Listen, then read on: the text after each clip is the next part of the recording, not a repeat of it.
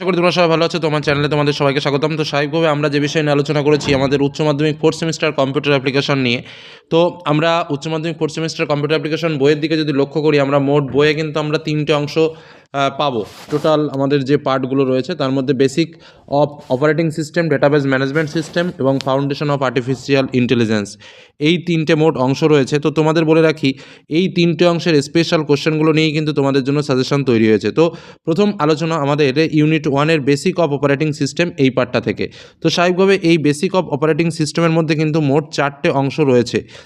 তো 4টে অংশ কী কী রয়েছে? একটা হচ্ছে অপারেটিং সিস্টেমের মূল বিষয়, একটা হচ্ছে অপারেটিং সিস্টেমের সংগঠন, এবং আরেকটা হচ্ছে প্রসেস ম্যানেজমেন্ট, আরেকটা হচ্ছে মেমোরি ম্যানেজমেন্ট। এই 4টে বিষয় থেকে কিন্তু আমাদের পরীক্ষাতে প্রশ্ন আসবে। কীভাবে প্রশ্ন আসবে? আমাদের এই মোট 4টে বিষয় থেকে একটা 2 মার্কের প্রশ্ন, একটা 3 মার্কের প্রশ্ন এবং একটা 5 মার্কের প্রশ্ন। এবার কথাটা খুব ভালো করে শুনে রাখবে। আমাদের এই যে 5 মার্কের প্রশ্নটা, এই 5 মার্কের প্রশ্ন কিন্তু এই 2 এবং 3 মার্ক প্লাস করেই আসবে। তো সেক্ষেত্রে আমরা যদি 2 মার্কের কোশ্চেন এবং 3 মার্কের কোশ্চেনগুলোই ভালো করে পড়ি, তাহলেই কিন্তু আমাদের কমপ্লিট হয়ে যাবে। তাহলে আমাদের কি করা উচিত? এই অধ্যায় থেকে আমাদের যে প্রশ্নগুলো ইম্পর্টেন্ট সেগুলো ভালো করে পড়ে নিলেই হয়ে গেল। তো এই অংশ থেকে যে প্রশ্নগুলো আমাদের ইম্পর্টেন্ট রয়েছে সেই প্রশ্নগুলোই আমি কিন্তু তোমাদের সামনে তুলে ধরছি। প্রথম আমরা যে বিষয়ের পার্টটা থেকে তুলে ধরবো সেটা হচ্ছে অপারেটিং সিস্টেমের মূল বিষয় যেটা আমাদের রয়েছে, সেই পার্টটা থেকে আমি তোমাদের সামনে ইম্পর্টেন্ট যে প্রশ্নগুলো রয়েছে সেই প্রশ্নগুলো তুলে ধরছি। তারপরে অপারেটিং সিস্টেমের সংগঠন, তারপর প্রসেস ম্যানেজমেন্ট এবং তারপর মেমোরি ম্যানেজমেন্ট, প্রত্যেকটা পার্ট থেকে কিন্তু আমরা প্রশ্নগুলো তুলে ধরছি। তো প্রথম অপারেটিং সিস্টেমের মূল বিষয় থেকে যে প্রশ্নগুলো: অপারেটিং সিস্টেমের সংজ্ঞা, অপারেটিং সিস্টেমের ফাইল ব্যবস্থাপনা কী, এর কাজ কী, অপারেটিং সিস্টেমের ইউজার ইন্টারফেস বলতে কী বোঝো, অপারেটিং সিস্টেম কীভাবে মেমোরি পরিচালনা করে, ব্যাশ প্রসেসিং অপারেটিং সিস্টেমের বৈশিষ্ট্য কী, এর সুবিধা এবং অসুবিধা লেখো, মাল্টি প্রোগ্রামের বৈশিষ্ট্য কী, এর সুবিধা ও অসুবিধা লেখো, মাল্টি প্রোগ্রামিং কী, কী ধরনের প্রসেসিং এবং টাইম শেয়ারের মধ্যে পার্থক্য কী, ডিস্ট্রিবিউটেড অপারেটিং সিস্টেম কী, এর বৈশিষ্ট্য ও ব্যবহার কী, রিয়েল টাইম অপারেটিং সিস্টেম কয় প্রকার, এদের বর্ণনা করো, এগুলো কোথায় ব্যবহার করা হয়, এর সুবিধা এবং অসুবিধা লেখো। নেক্সট, অপারেটিং সিস্টেমের সংগঠন থেকে জাস্ট একটাই পার্ট তুলে ধরেছি, সেটা হচ্ছে ইউজার মোড ও কর্নেল মোডের সংজ্ঞা দাও, এর বৈশিষ্ট্য ও কাজ লেখো, সিস্টেম কল কাকে বলে, সিস্টেম প্রোগ্রাম কী, সিস্টেম প্রোগ্রামের সুবিধা ও অসুবিধা লেখো উদাহরণসহ। নেক্সট, প্রসেস ম্যানেজমেন্ট থেকে প্রশ্ন: প্রক্রিয়া ব্যবস্থাপনা কাকে বলে, এর কাজ কী, অপারেটিং সিস্টেমের বিভিন্ন রিসোর্সগুলো কী কী তা আলোচনা করো, অপারেটিং সিস্টেমের কাজ কী। আচ্ছা, রিসোর্স কী, প্রসেস ও রিসোর্সের সম্পর্ক কী, প্রসেস রিসোর্সের গুরুত্ব কী এবং প্রসেস কন্ট্রোল ব্লক কী, প্রসেস কন্ট্রোল ব্লকের বিভিন্ন উপাদানগুলো কী কী।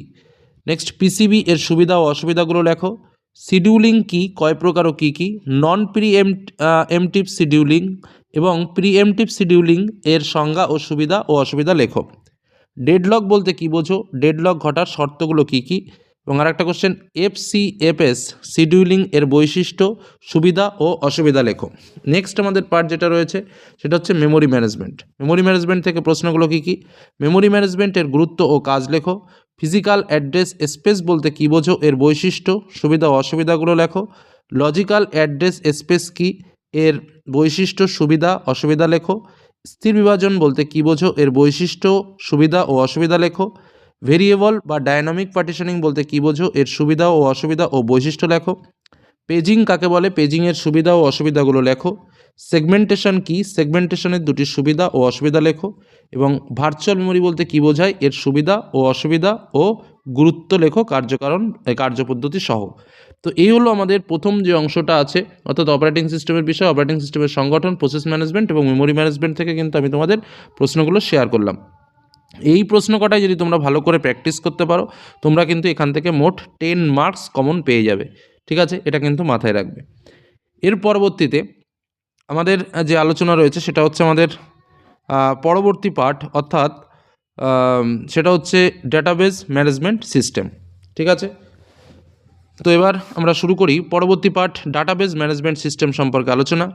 ডাটাবেস ম্যানেজমেন্টের আমাদের দুটো পার্ট রয়েছে, একটা হচ্ছে ডাটাবেস ম্যানেজমেন্ট সিস্টেম এবং আরেকটা হচ্ছে স্ট্রাকচার্ড কোয়ারি ল্যাঙ্গুয়েজ। তো একই রকমভাবে আমাদের ফার্স্ট পার্টটার মতো এখান থেকেও কিন্তু আমাদের 2 মার্কের একটা প্রশ্ন আসবে, 3 মার্কের একটা প্রশ্ন আসবে এবং 5 মার্কের আমাদের দুটো প্রশ্ন আসবে। অর্থাৎ এই পার্টটা কিন্তু আমাদের 15 মার্ক কিন্তু আমাদের এই পার্টটাতে রয়েছে।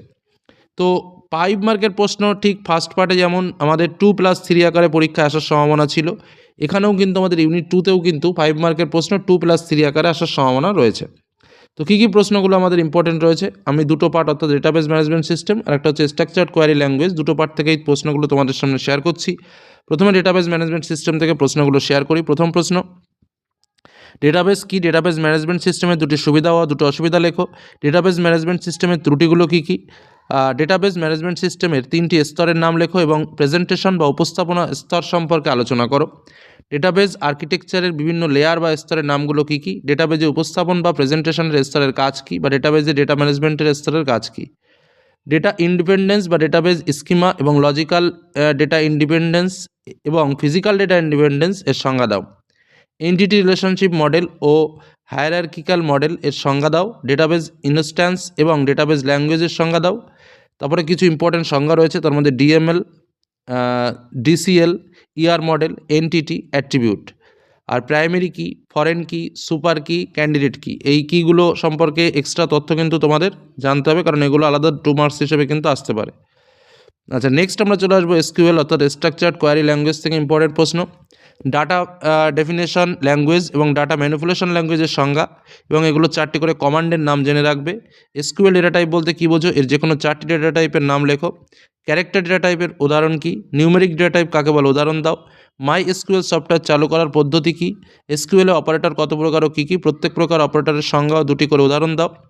বিভিন্ন লজিক্যাল অপারেটরের কাজগুলি লেখো, তার মধ্যে অ্যান্ড, অর, ইন, বিটুইন, ইজনাল এগুলো ইম্পর্টেন্ট।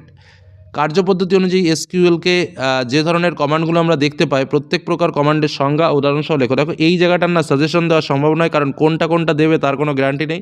বইয়ে মোটামুটি যেগুলো আছে সেগুলো একটু দেখে যাবে। নেক্সট, নাল মান কাকে বলে? ইনলার্ন অপারেটরের সাহায্যে কীভাবে নাল মান পরীক্ষা করা হয় তা উদাহরণসহ লেখো। এছাড়াও একটা কথা আমি এখানে নোট করে দিয়েছি, যেটা হচ্ছে বিভিন্ন প্রকার প্রোডাক্ট টেবিল থেকে এমসিকিউ এর যে কমান্ডগুলো রয়েছে, সেই কমান্ডগুলো থেকে টেবিল চার্ট কিন্তু দিতে পারে, বা রিলেশন অপারেটরের ব্যবহার করে কীভাবে কাজগুলো করবে সে বিষয়েও কিন্তু টেবিল চার্ট দিতে পারে। তো এগুলো কিন্তু ভালো করে দেখে রাখতে হবে। তো এই হলো আমাদের ইউনিট 2 থেকে ইম্পর্টেন্ট প্রশ্নগুলো তোমাদের সামনে শেয়ার করলাম। এই প্রশ্নগুলো ভালো করে করলে তোমরা কিন্তু এই ইউনিট 2 থেকে তোমরা 2 মার্কের একটা প্রশ্ন, 3 মার্কের একটা প্রশ্ন এবং 5 মার্কের 2টো প্রশ্ন কিন্তু কমন পেয়ে যাবে। বোঝা গেল? এই ইউনিট 2 এর প্রশ্নগুলো ভালো করে প্র্যাকটিস করবে অবশ্যই করে। এবার আমরা চলে আসব আমাদের পরবর্তী যে আলোচনা রয়েছে সেটা হচ্ছে আমাদের ইউনিট 3 পার্ট, অর্থাৎ আমাদের ইউনিট 3 পার্টে রয়েছে আমাদের ইউনিট 3 পার্ট যেটা রয়েছে সেটাতে আমাদের রয়েছে ফাউন্ডেশন অফ আর্টিফিশিয়াল ইন্টেলিজেন্স। তো এর আগে আমি তোমাদের স্বাভাবিকভাবে দুটো বললাম, ইউনিট 1 এবং ইউনিট 2। তো এবার আমরা 3 নম্বর পার্টের কথা বলি। তো ইউনিট 3তে আমাদের মোট 4টে অংশ রয়েছে। তার মধ্যে কৃত্রিম বুদ্ধিমত্তার প্রতিষ্ঠা, আর্টিফিশিয়াল ইন্টেলিজেন্স এর উপক্ষেত্র এবং প্রযুক্তি কৃত্রিমত্তা বা আর্টিফিশিয়াল ইন্টেলিজেন্সের প্রয়োগ, তারপরে রয়েছে আর্টিফিশিয়াল ইন্টেলিজেন্সের নৈতিক ও সামাজিক বাস্তবায়ন। এই 4টি অংশ কিন্তু রয়েছে। এই অংশ থেকে আমাদের কী কী আসবে? 2 মার্কের একটা প্রশ্ন আসবে, 3 মার্কের একটা প্রশ্ন আসবে এবং 5 মার্কের একটা প্রশ্ন আসবে। ফার্স্ট ইউনিট যেটা রয়েছে সেরকমভাবে। তো 10 মার্ক আমাদের এখানে রয়েছে। তো এখান থেকে কী কী ইম্পর্টেন্ট প্রশ্নগুলো রয়েছে আমরা একটু দেখে নিই। কৃত্রিম বুদ্ধিমত্তা কাকে বলে? প্রথম পার্ট, অর্থাৎ কৃত্রিম বুদ্ধিমত্তা বা আর্টিফিশিয়াল ইন্টেলিজেন্সের প্রতিষ্ঠা, এই পার্টটা থেকে বলছি। কৃত্রিম বুদ্ধিমত্তা কাকে বলে? মানুষের কৃত্রিম বুদ্ধিমত্তা বলতে কী বোঝো? এর উদাহরণ দাও। চ্যাট জিপিটি এর কাজ কী? SAARC কি? GPT-4 এর কাজ কী? সিমন কাকে বলে? কৃত্রিম বুদ্ধিমত্তার সুবিধা অসুবিধাগুলি লেখো। নেক্সট, কৃত্রিম বুদ্ধিমত্তা ও মানব বুদ্ধিমত্তার মধ্যে পার্থক্য কী? শিক্ষাক্ষেত্রে ট্রাফিক নিয়ন্ত্রণে, ভবিষ্যৎ অ্যাকাউন্টিং, বুককিপিং, ফ্যাক্টরি ও ম্যানুফ্যাকচারিংয়ের ক্ষেত্রে আর্টিফিশিয়াল ইন্টেলিজেন্সের ভূমিকা কী? নেক্সট পার্ট আমাদের কৃত্রিম বুদ্ধিমত্তার উপক্ষেত্র ও প্রযুক্তিসমূহ। এখান থেকে ইম্পর্টেন্ট কোশ্চেনগুলো বলি। মেশিন লার্নিং কী? এটি কত প্রকার ও কী কী বৈশিষ্ট্য সহ লেখো। সুপারভাইজ লার্নিং বলতে কী বোঝো? আনসুপারভাইজড লার্নিং বলতে কী বোঝো?